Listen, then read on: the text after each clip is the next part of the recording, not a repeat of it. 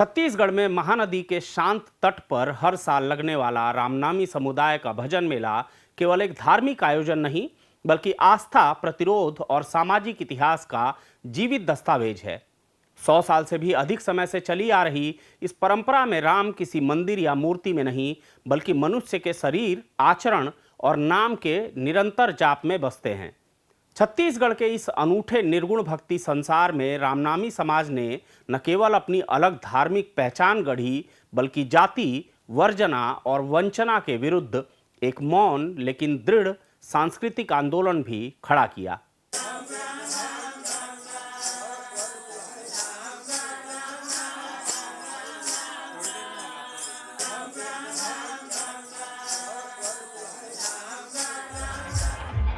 बस राम कहो तो एक ही है, नहीं तो एक राम दशरथ घर डोले, एक राम घट घट में बोले, एक राम का जगत पसारा, एक राम सब जग से न्यारा। वास्तव में राम एक ही है। ITSA Hospital, on a mission towards a healthy world. Our 350-bed hospital with 3 dedicated wings, multi-specialty, pediatrics और wellness. यहाँ मिलता है world class treatment, health care, hospitality और हार्मनी का परफेक्ट ब्लेंड, और सेंट्रल इंडिया का सबसे बड़ा पीडियाट्रिक हॉस्पिटल। गेट और हैंड ट्रेनिंग के लिए cutting edge robotic physiotherapy and rehab. We are here to change the way you feel about hospitals. It's a hospital, near Ambuja mall, Raipur. नमस्कार, जरूरी बात में आपका स्वागत है। आप देख रहे हैं सेंट्रल गोंडवाना खबर और मैं हूं राघवेंद्र। महानदी के किनारे इन दिनों फिर वही दृश्य है जो पिछले 100 सालों से भी अधिक समय से हर साल दोहराया जाता रहा है। दूर दूर से आए लोग राम राम का निरंतर उच्चारण, भजनों की सामूहिक ध्वनि और एक ऐसा वातावरण जिसमें मूर्ति, मंदिर या पंडित नहीं, बल्कि केवल नाम की सत्ता है। 3 दिनों तक चलने वाला भजन मेला रामनामी समुदाय की पहचान का सबसे जीवंत रूप है। महानदी के इस तट पर राम का अर्थ बिल्कुल भिन्न है। यहाँ राम एक निर्गुण सत्ता है जो रूप, मूर्ति और मंदिर से परे हैं। रामनामी समुदाय की आस्था निर्गुण भक्ति की उस परंपरा से जुड़ी है जिसने मध्य भारत में सामाजिक और आध्यात्मिक स्तर पर गहरे बदलाव किए। छत्तीसगढ़ इस निर्गुण धारा का एक प्रमुख केंद्र रहा है। यहाँ 3 बड़े आंदोलन उभरे: कबीर पंथ, सतनाम पंथ और रामनामी संप्रदाय। इन तीनों ही धाराओं में समाज के वे वर्ग बड़ी संख्या में जुड़े जिन्हें लंबे समय तक अछूत कहा गया और जिन्हें मंदिर, शिक्षा और धार्मिक अधिकारों से वंचित रखा गया। कबीर पंथ का प्रसार मध्य भारत में गुरु धर्मदास और उनके पुत्र गुरु चुरामन दास के माध्यम से हुआ, जो मूलतः मध्य प्रदेश के बांधवगढ़ के क्षेत्र से थे। छत्तीसगढ़ के दामाखेड़ा में कबीर पंथियों का विशाल आश्रम है और कबीर धाम जिले में भी इस पंथ का बड़ा केंद्र है। आज छत्तीसगढ़ में लाखों लोग स्वयं को कबीर पंथी मानते हैं। इसी तरह कबीर के शिष्य जीवन दास द्वारा 16वीं शताब्दी में सतनाम पंथ की स्थापना के प्रमाण मिलते हैं, जबकि कुछ इतिहासकार दादू दयाल के शिष्य जगजीवन दास को इसका संस्थापक मानते हैं। छत्तीसगढ़ में यह परंपरा 1820 के आसपास बाबा गुरु घासीदास के नेतृत्व में एक सशक्त सामाजिक आंदोलन के रूप में उभरी। इसी कालखंड के आसपास रामनामी संप्रदाय का जन्म हुआ। प्रचलित कथा के अनुसार मंदिर में प्रवेश से रोके जाने पर परशुराम नामक एक युवक ने अपने माथे पर राम राम गुदवाकर प्रतिरोध का रास्ता चुना। रामनामी समुदाय के बुजुर्ग बताते हैं कि 19वीं शताब्दी के मध्य में जांजगीर चांपा जिले के चारपारा गांव में जन्मे परशुराम ने अपने पिता से मानस का पाठ सीखा था। 30 वर्ष की उम्र के आसपास उन्हें एक चर्म रोग हुआ और तभी उनका संपर्क रामानंदी साधु रामदेव से हुआ। कहा जाता है कि साधु के सानिध्य में उनका रोग समाप्त हुआ और उनकी छाती पर राम नाम का गोदना स्वतः उभर आया। इसके बाद उन्होंने राम नाम के जाप का प्रचार शुरू किया। एक दावा यह है कि परशुराम को मंदिर में प्रवेश से रोका गया तो उन्होंने शरीर पर राम नाम को गुदवा लिया।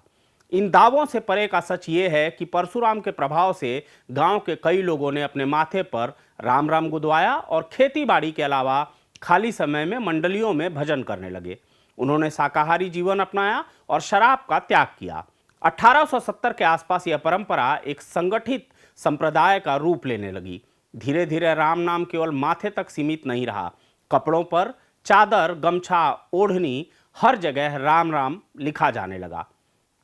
यह आस्था केवल आध्यात्मिक नहीं थी बल्कि सामाजिक प्रतिरोध का भी माध्यम बनी।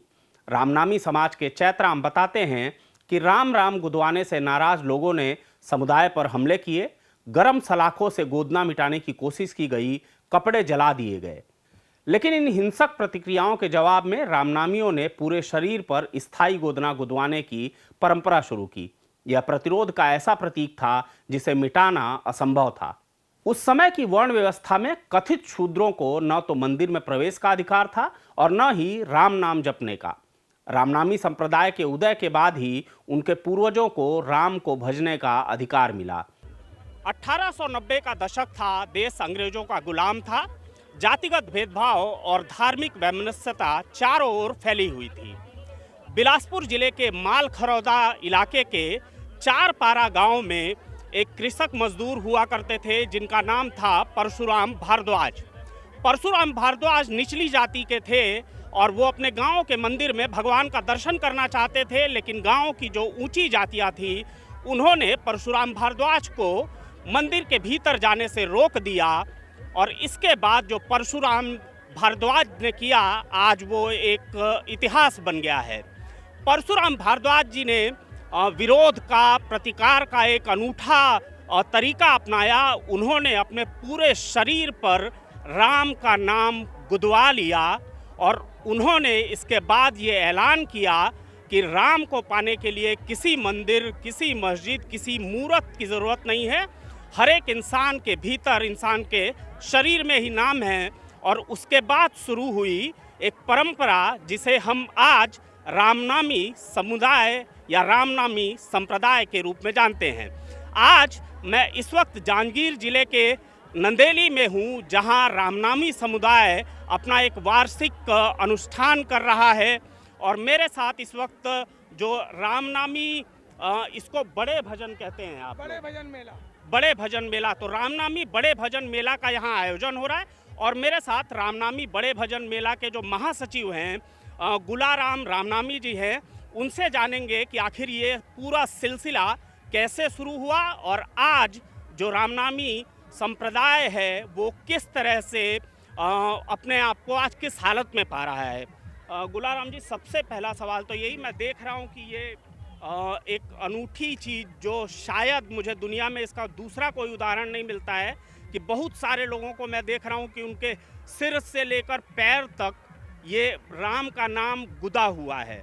तो मुझे ये बताइए कि ये आजकल तो वो टैटू का ज़माना आ गया है कि आप हाथ में कुछ भी प्रिंट करवा सकते हैं, लेकिन ये तो टैटू नहीं है। ये किस तरह से आप लोग करते हैं इसको, इसकी प्रक्रिया क्या है, ये जो गोदना आप लोग गुदाते हैं?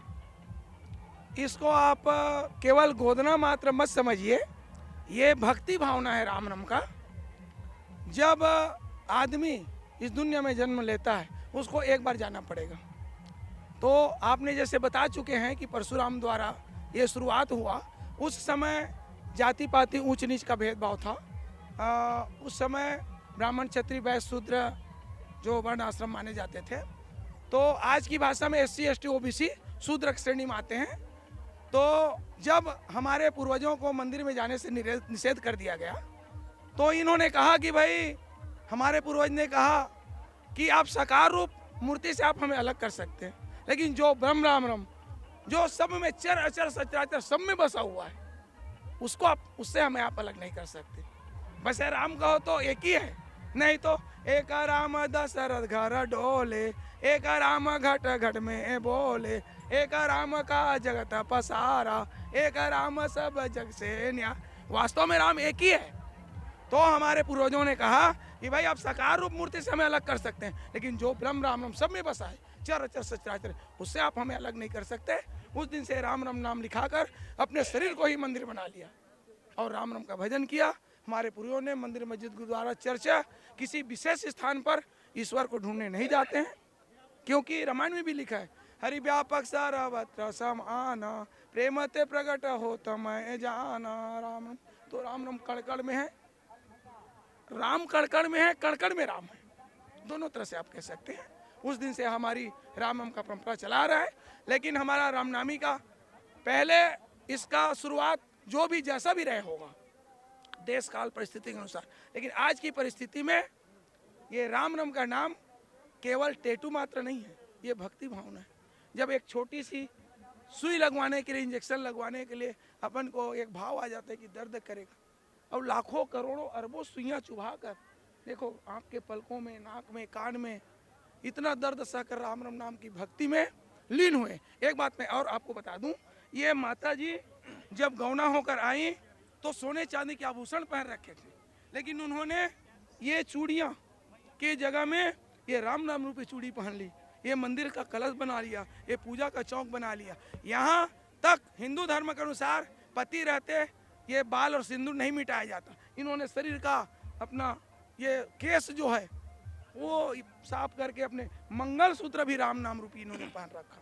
इनका मानना है कि जब हमारा मृत्यु हो जाता है तो यहाँ तक सारे आभूषण उतार दिए जाते हैं, कमर के करधन भी तोड़ दिए जाते हैं। इनका मानना है कि इनका आभूषण कोई नहीं छीन सकता मरने के बाद। मैं ये जो जानना चाह रहा था, आपने बहुत डिटेल में बहुत कुछ समझाया हम लोगों को, बहुत अच्छी बात है।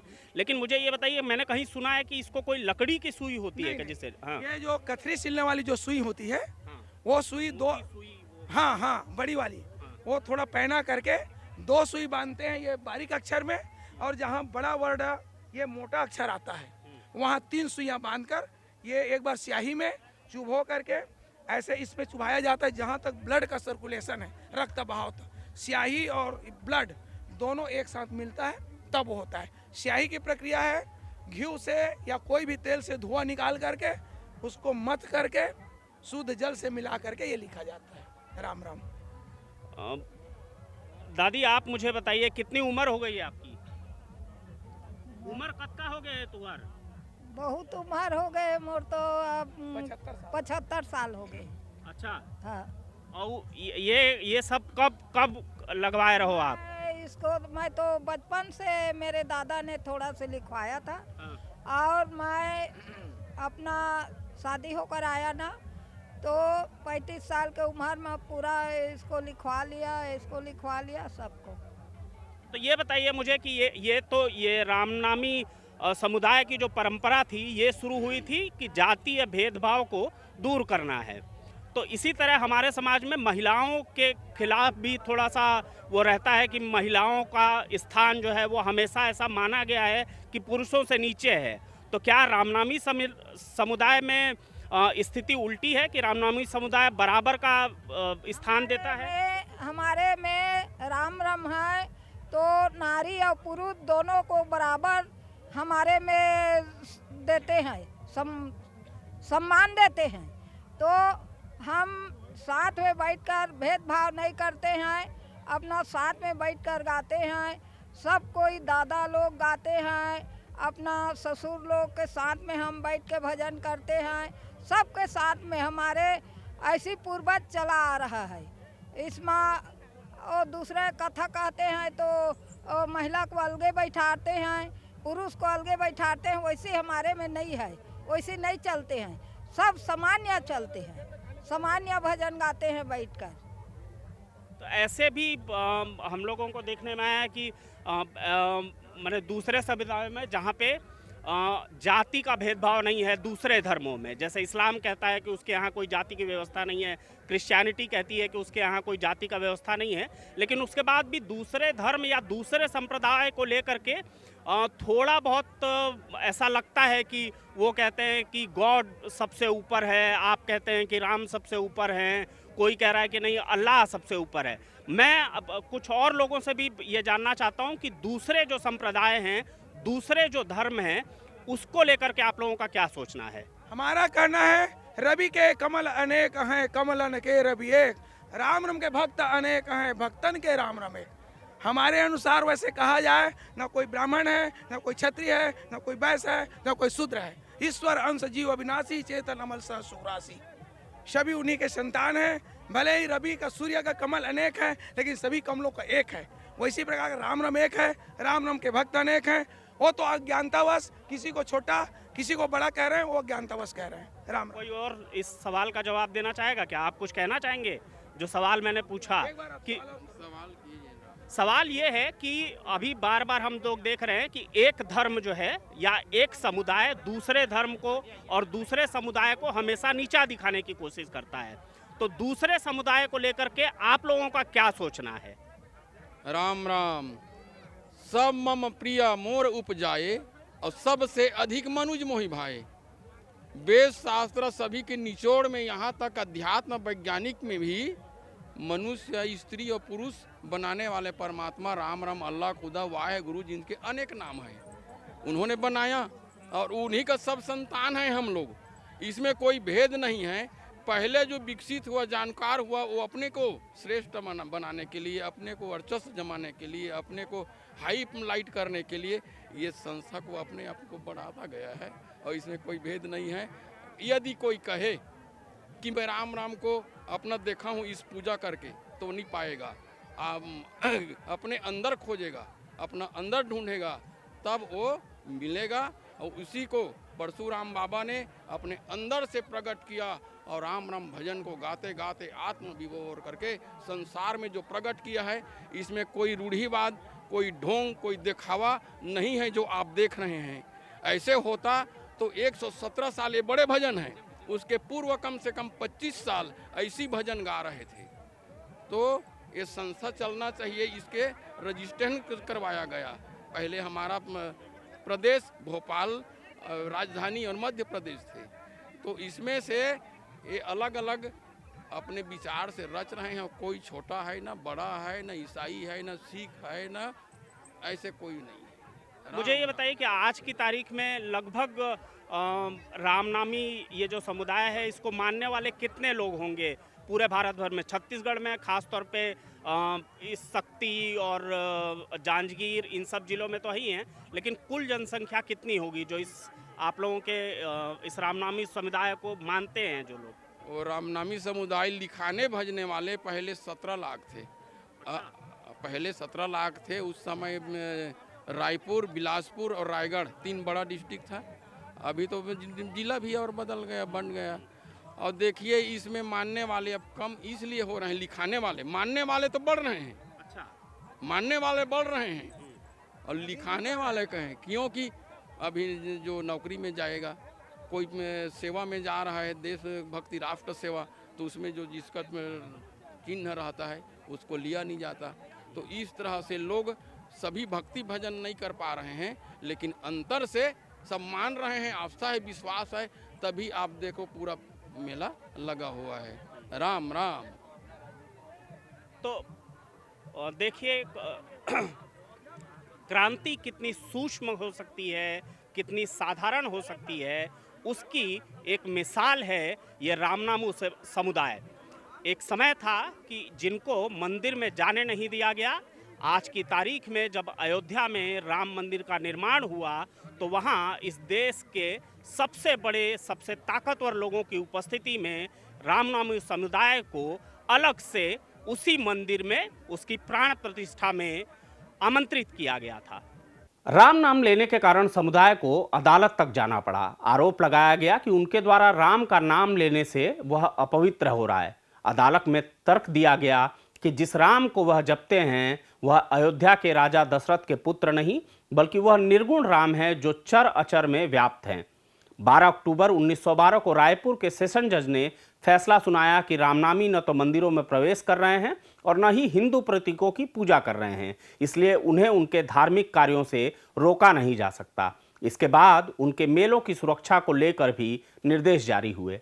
रामनामी दर्शन में राम जन्म से पहले भी थे और जन्म के बाद भी हैं। उनके लिए शरीर ही मंदिर है। वे वेद, शास्त्र और पुराणों के अध्ययन की बात करते हैं, लेकिन अंततः उनके लिए सबका सार केवल राम राम है। इस समाज में न पंडित है, न महंत, न मंदिर और न मूर्ति। गुरु शिष्य परंपरा भी नहीं है। भजन आयोजनों में स्त्री पुरुष का कोई भेद नहीं किया जाता। हालांकि मानस का पाठ किया जाता है, लेकिन समुदाय उसके हर हिस्से से सहमत नहीं है। उनकी रुचि कथानक में नहीं बल्कि नाम की महिमा में है। बाल कांड का नाम महात्म और उत्तर कांड का दीपक सागर इसलिए गाया जाता है क्योंकि उसमें राम नाम का महत्व रेखांकित होता है। कुछ दशक पहले राम रसिक गीता लिखी गई थी, लेकिन समाज में वह टिक नहीं पाई। राम राम ही केंद्र में रहा। समय के साथ पूरे शरीर पर गोदना कराने की परंपरा कमजोर पड़ रही है। नख सिख कहलाने वाले लोग अब कम होते जा रहे हैं। नई पीढ़ी भजन में शामिल तो होती है, लेकिन गोदना गोदाने से बचती है। आज रोजगार और नौकरी की मजबूरियों में यह गोदना बाधा बनता है। कई जगहों पर यह प्रतिबंधित भी है। फिर भी गोदना कराने या न कराने के आधार पर कोई सामाजिक भेदभाव नहीं है। आचरण की शुद्धता और राम नाम के प्रति श्रद्धा को ही प्राथमिकता दी जाती है। आज रामनामी समाज अपनी उस धारा में बह रहा है जहां जीवन का सार केवल राम नाम है। एक ऐसा राम जो अयोध्या के सिंहासन पर नहीं बल्कि हर जीव और हर कण में व्याप्त है। जरूरी बात में फिर किसी बात पर होगी बात। इस तरह की खबरों को देखने के लिए आप हमारे चैनल को लाइक, शेयर और सब्सक्राइब जरूर कर लें। हमेशा की तरह हमें अपनी खबरों पर आपकी प्रतिक्रियाओं का भी इंतजार रहता है। नमस्कार।